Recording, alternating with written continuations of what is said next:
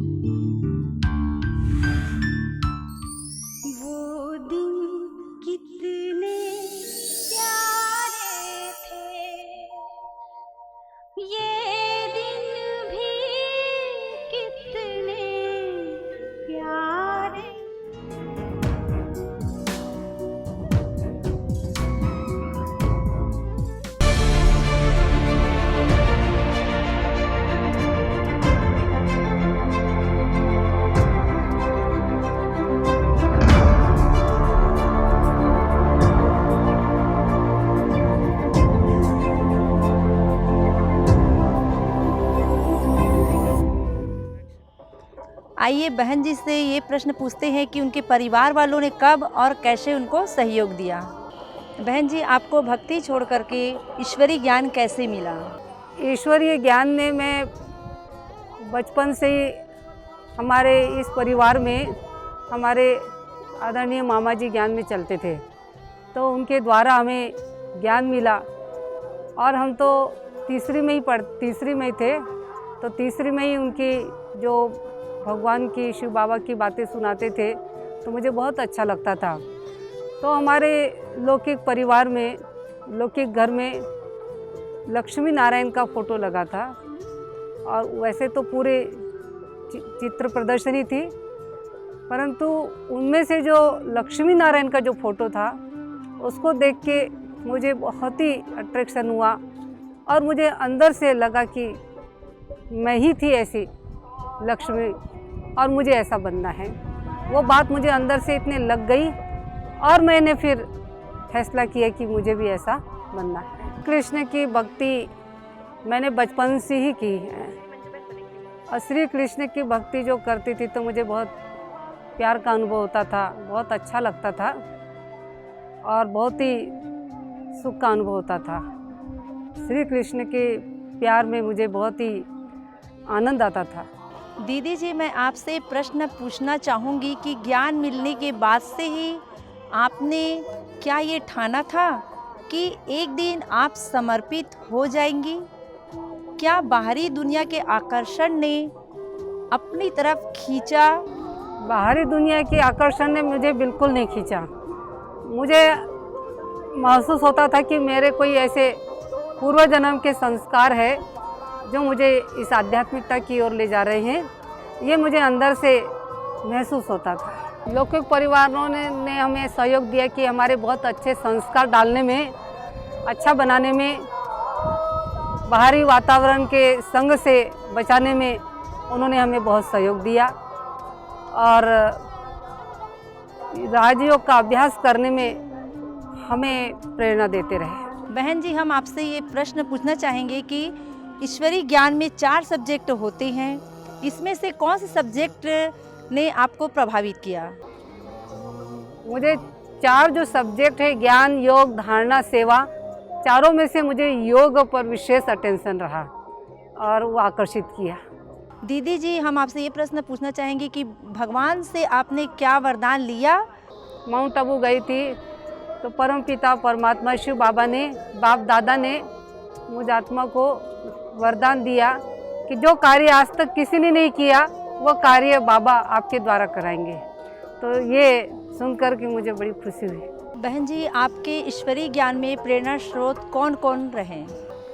मेरे प्रेरणा स्रोत हमारे लौकिक आत्म प्रकाश भाई जी जो वर्तमान समय में माउंट आबू है, और जब हम बाबा के घर में आए तो हमारे प्रेरणा स्रोत हमारे आदरणीय ओम प्रकाश भाई जी, उन्होंने हमको खूब आगे बढ़ाया।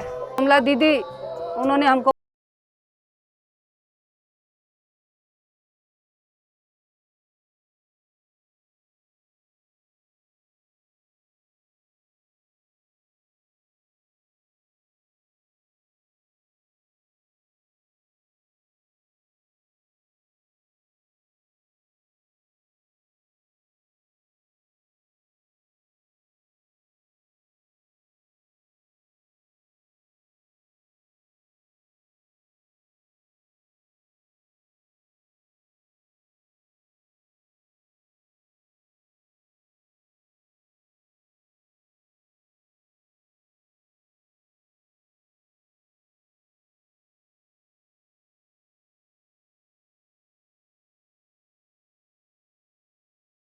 अब तेरा क्या होगा पता नहीं, भगवान ही जाने।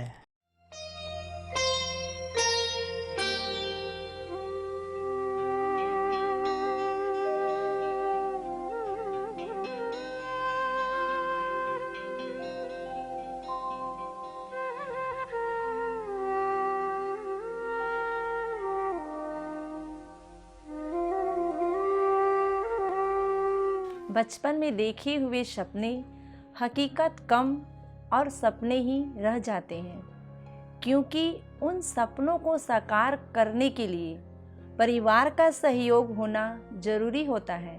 जो सपने को आपने देखा उसका तसव्वुर कर पाते हैं या नहीं, उसका भरपूर फ़ायदा मिला पुष्पा दीदी जी को, जब उनके परिवार वालों ने उनके सपने पूरे करने में भरपूर मदद की। ये तो मेरा बहुत ही परम सौभाग्य है जो आदरणीय पुष्पा दीदी जी जैसा दीदी मिली। दीदी जी के अंदर मैंने बहुत ही त्याग, तपस्या और रहम दिल के संस्कार को मैंने बहुत करीब से अनुभव किए। एक समय की बात है जब मैं दीदी जी के साथ रायपुर गई हुई थी, तो रायपुर से आ रहे थे, तो उस समय वापसी में जब बड़ी दीदी जी, कमला दीदी जी ने कहा कि आप बस स्टैंड में ही आपको छोड़ देंगे, और दीदी जी बड़ों की आज्ञा को हाजी करते हुए वो हाजी का पाठ पक्का की और वहाँ से बस स्टैंड में आ गए। उन्होंने यही कहा कि देखो बहन, 15 वर्षों बाद आज मैं पहली बार बस में आ रही हूँ, और मैंने उसको देखा कि इतनी बड़ी दीदी, और वो 15 वर्षों बाद जब वो पहली बार बस में जब चढ़ी हुई थी, बहुत ही हर्षित मुख चेहरा था। तो दीदी जी को देखकर मुझे बहुत प्रेरणा मिली, और जब भी नए शाखा सेवा केंद्र जब खुलता है तो अक्सर मैं दीदी जी के साथ जाती हूँ। तो वहाँ पर भी मैंने दीदी जी का जो त्याग, तपस्या बहुत ही अनुभव किए, जो मुझे बहुत प्रेरणा मिलती है।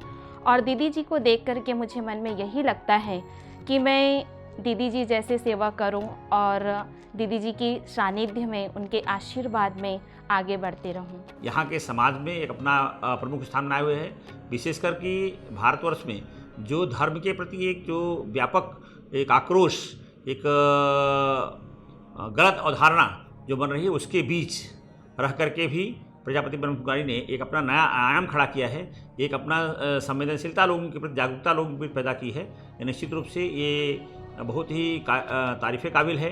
विशेष रूप से जो पुष्पा बहन जी यहाँ पर हैं, उनकी मिलनसारिता, उनका धर्म के प्रति जो कमिटमेंट है वो काफ़ी सराहनीय है।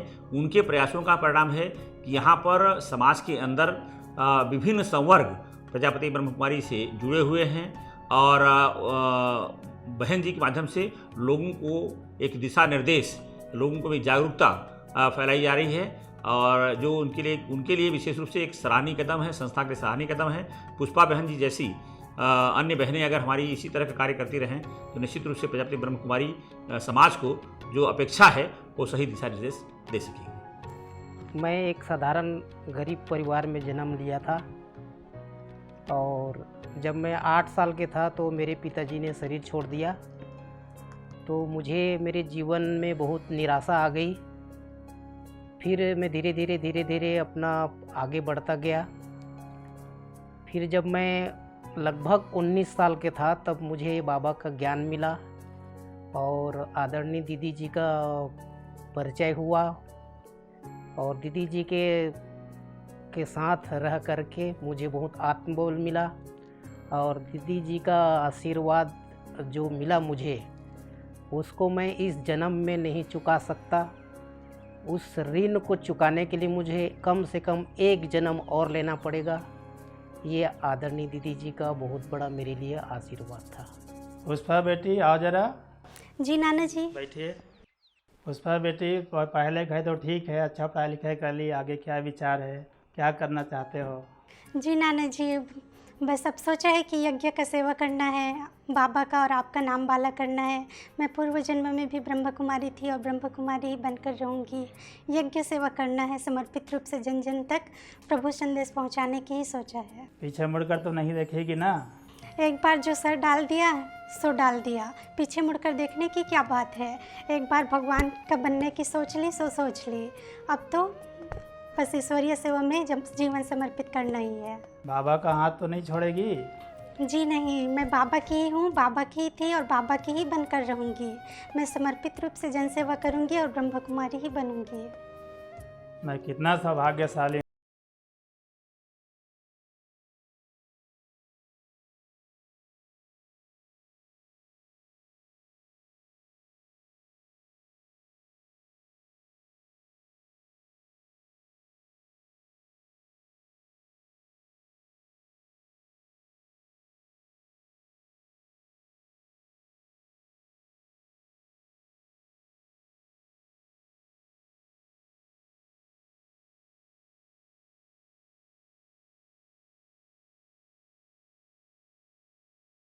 गांव पर जब परम आदरणीय दीदी जी का यहाँ आगमन हुआ, उसी समय 6 महीना पहले ही मेरा जन्म हुआ था 15 किलोमीटर दूर गांव बैगा टोला पर। तो बचपन से ही जैसे कि मुझे ईश्वरीय ज्ञान मिला और मैं बहुत सौभाग्यशाली हूँ जो आदरणीय दीदी जी का मुझे सानिध्य मिला। उसी समय ही हमारे पूरा लौकिक परिवार ज्ञान में आए हुए थे और हमारे गांव में सबसे पहला प्रोग्राम आयोजित हुआ आदरणीय दीदी जी का, जिसमें मेरा अन्नप्राशन का कार्यक्रम था। तो आदरणीय दीदी जी के गोद में ही मैंने सबसे पहले भोजन करना शुरू किया और मेरी माँ बताती है कि उस समय मुझे बहुत तेज़ बुखार हो रहा था, लेकिन दीदी जी ने जैसे ही अपने गोद में लिया सारा बुखार गायब हो गया और मैं बिल्कुल स्वस्थ होकर एकदम खेलने लगी। तो इस तरह से आदरणीय दीदी जी का पावन सानिध्य मुझे बचपन से ही प्राप्त हुआ। धीरे धीरे मैं स्कूल में पढ़ते गई, आगे बढ़ते गई, तो मुझे लगता था कि मैं देश की सेवा के लिए कुछ करूं। तो दीदी जी की ज़िंदगी से जीवन से मुझे प्रैक्टिकल ये अनुभव होता था कि वो मेरे आदर्श हैं, वो मेरे प्रेरणा स्रोत हैं और मुझे आदरणीय दीदी जी के जैसा ही आदर्श ब्रह्मा कुमारी बनना है।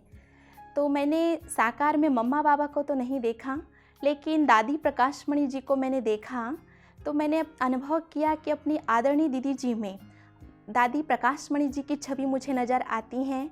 वही उनका उदार दिल, वही उनका निश्चल प्यार, वही उनका प्यार देने का तरीका। तो आगे हर एक आत्मा को आगे बढ़ाने का जो संस्कार है वो हमारी आदरणीय दीदी जी में है। दीदी जी के सानिध्य में मैं बचपन से ही रही, इसीलिए सेवार्थ मुझे सेवा केंद्रों पर भी रहने का मुझे सौभाग्य प्राप्त हुआ और इसीलिए दीदी जी से मुझे ये प्रेरणा मिलती थी कि उनके मार्गदर्शन पर मैं चलूं, उनके प्यार को मैं प्राप्त करूं और आदरणीय दीदी जी के लिए मैं 2 शब्द यही कहना चाहूँगी कि आपका जीवन प्रत्यक्ष झांकी है दीदी जी, तप संयम साधना की। आपके मन में सदा चलता संकल्प करुणा प्रेम विश्व आराधना की। आप जहाँ भी जाते वहाँ की माटी स्वतः ही पुण्य से रक्षित है। आप जैसों के तप से ही ये विश्वास सुरक्षित है, ये विश्वास सुरक्षित है।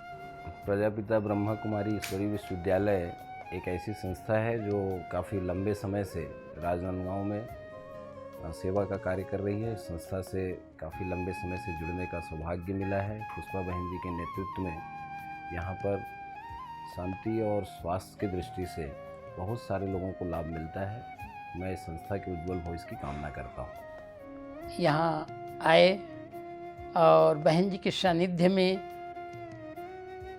ऐसा अवसर मिला और उस समय पोस्टिंग थी कि शिक्षा विभाग में कवर्धा ज़िले में, यहाँ से लगभग 150 किलोमीटर दूर रहकर और बीच बीच में बहन जी का पत्र मिलता था खुशी खैरापत का।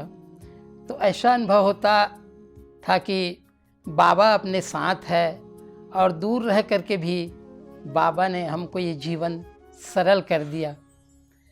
बहन जी के सानिध्य से हमको ये भी लगा और इन बहन जी के कई बोल एक वरदानी बोल महसूस हुआ। एक बार की बात है, यहीं राजनांदगांव में फ्लैट बुकिंग किया था, उसमें मैंने टिकट निकलना था कि कौन से फ्लैट में मिलना है। बहन जी से चर्चा तो किया था कि बहन जी मेरे को नीचे वाला मिल जाए ऐसा करके। तो बहन जी ने कहा कि नहीं, आपको नीचे वाला ही मिलेगा। और उस दिन जिस दिन वहाँ टिकट जारी किए, लॉटरी निकली, तो बहन जी कवर्धा में थी। बहन जी को फ़ोन करके बताया बहन जी आज निकलने वाला है करके। तो बहन जी पुनः बोले कि उस दिन रोहित भाई भी आए थे और बहन जी ने कहा कि आपको नीचे वाला ही मिलेगा। सारे लोगों का नंबर लग गया था वहाँ, लगभग लास्ट में था, लेकिन मेरा जब चीट निकाला वहाँ तो नीचे में ही मिला। तो मैं यही बहन जी को भी दिल से धन्यवाद दिया, बाबा को। और हर समय जो भी परिस्थिति के समय बहन जी से मार्गदर्शन हमको बहुत अच्छा मिलता रहा और आज भी मिलता ही रहता है।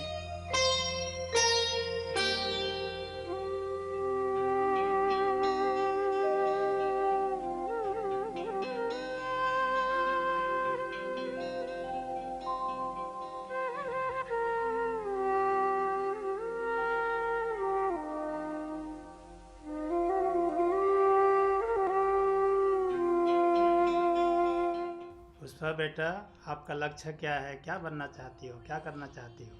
हाँ बिल्कुल क्लियर है नाना जी, मुझे लक्ष्मी नारायण जैसा बनना है। दीदी जी, क्या आप अपने जीवन से संतुष्ट हैं? हम अपने जीवन से 100% संतुष्ट हैं। बहन जी, आपके जीवन में जिन्होंने फूल बिछाए हैं और कांटे बिछाए हैं, उनके लिए आप शुभ भावना और शुभ कामना कैसे रख पाते हैं? हम अपने मन को 100% शुभ भावना शुभ कामना से संपन्न हमें रखना है, ये मैं पुरुषार्थ करती हूँ।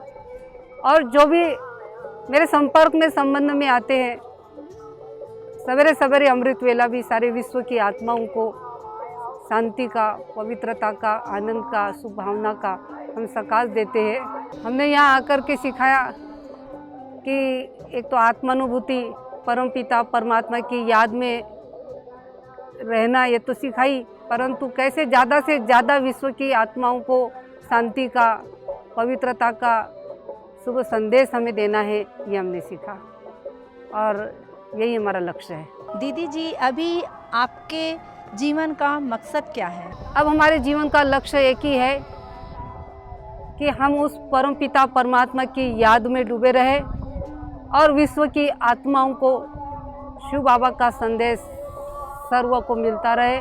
मैंने विशेष लक्ष्य रखा कि मैं अच्छे से अच्छी ब्रह्मा कुमारी बनूं, एक आदर्श ब्रह्मा कुमारी बनूं तो अच्छी बनूं, ये लक्ष्य रखा। वो जो दिन नहीं था तो भी बहुत प्यारे लगते थे, क्योंकि उन दिनों में भी हम योग साधना में बहुत ज़्यादा रहते थे, तो वो दिन भी बहुत अच्छे लगते थे और आज भी बहुत अच्छे लगते हैं, क्योंकि वो जो हमने योग साधना की थी उस योग साधना का वो जो लाभ हमको आज हो रहा है, साधनों में रहते हुए भी मेरे मन में प्लान है कि गांव-गांव में शिव बाबा की गीता पाठशाला हो। ये मेरे अंदर की एक शुभ इच्छा है और वो इच्छा हमें बाबा की पूरी करना है। यहाँ पर जो निमित्त आत्माएं ब्रह्मा कुमारी पुष्पा बहन जी, उनके साथ पिछले 30 वर्षों से ईश्वरी सेवा करने का बहुत ही सुंदर अनुभव है।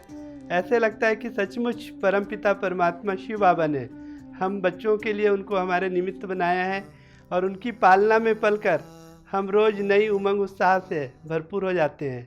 शिव बाबा का संदेश जन जन को देने के लिए हमें एक नए तरीके से बहन जी हमें प्रेरित करती हैं और हमारा जीवन उनकी प्रेरणा से बहुत ही श्रेष्ठ बनते जा रहा है, ऐसा अनुभव होते जा रहे हैं।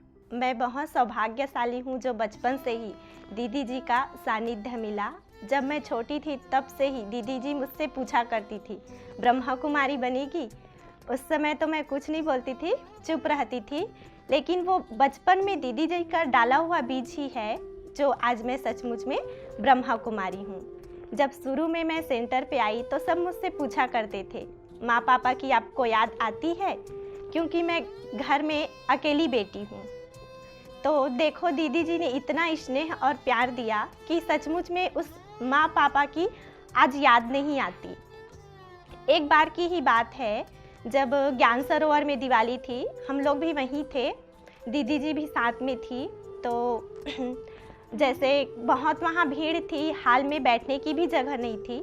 सब लोग जैसे एक माँ होती है अपने बच्चे का हाथ पकड़ कर चलती है, वैसे ही दीदी जी मेरा हाथ पकड़ कर चल रही थी।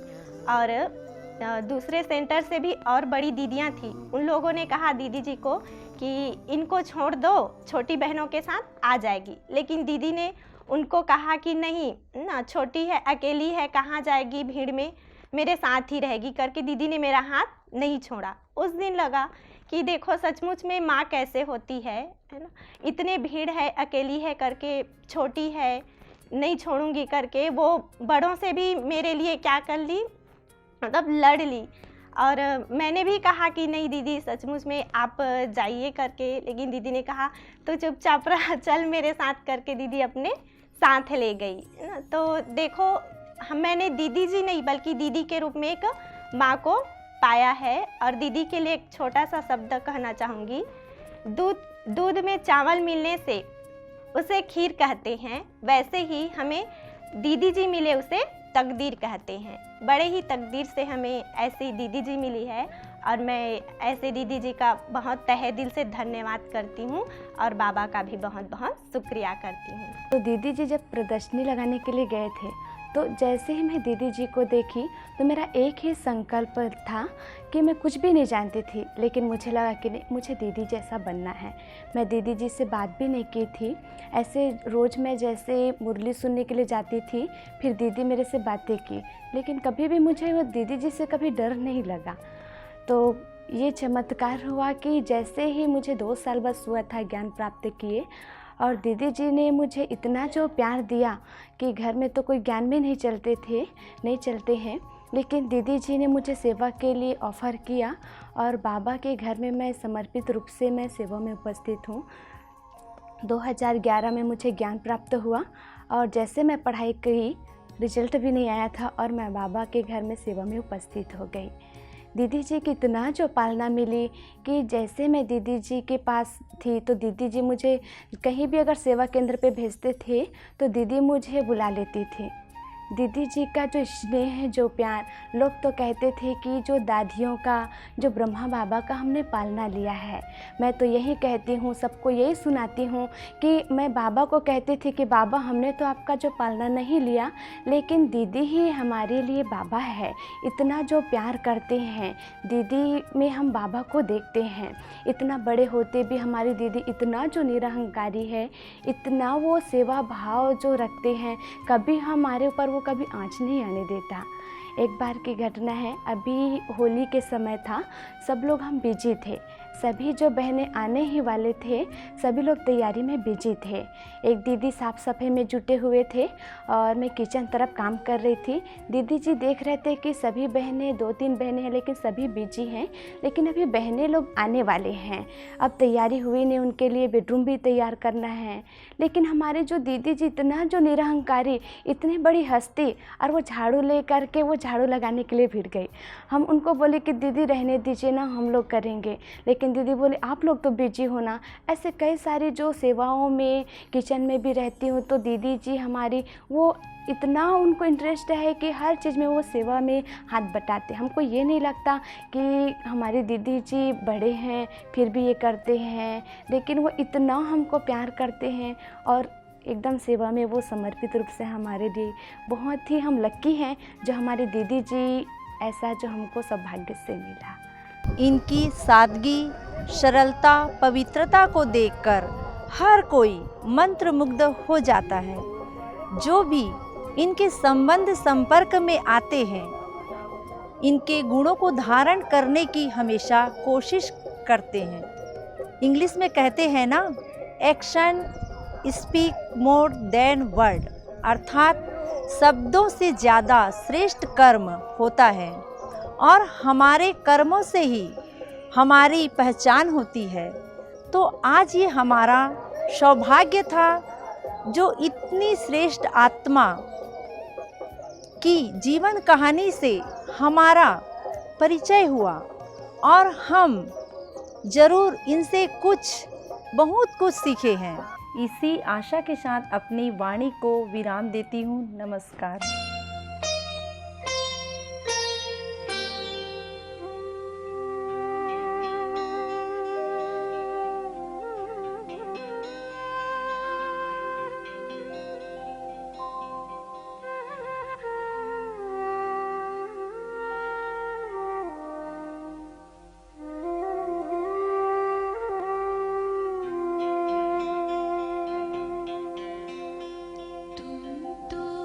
यही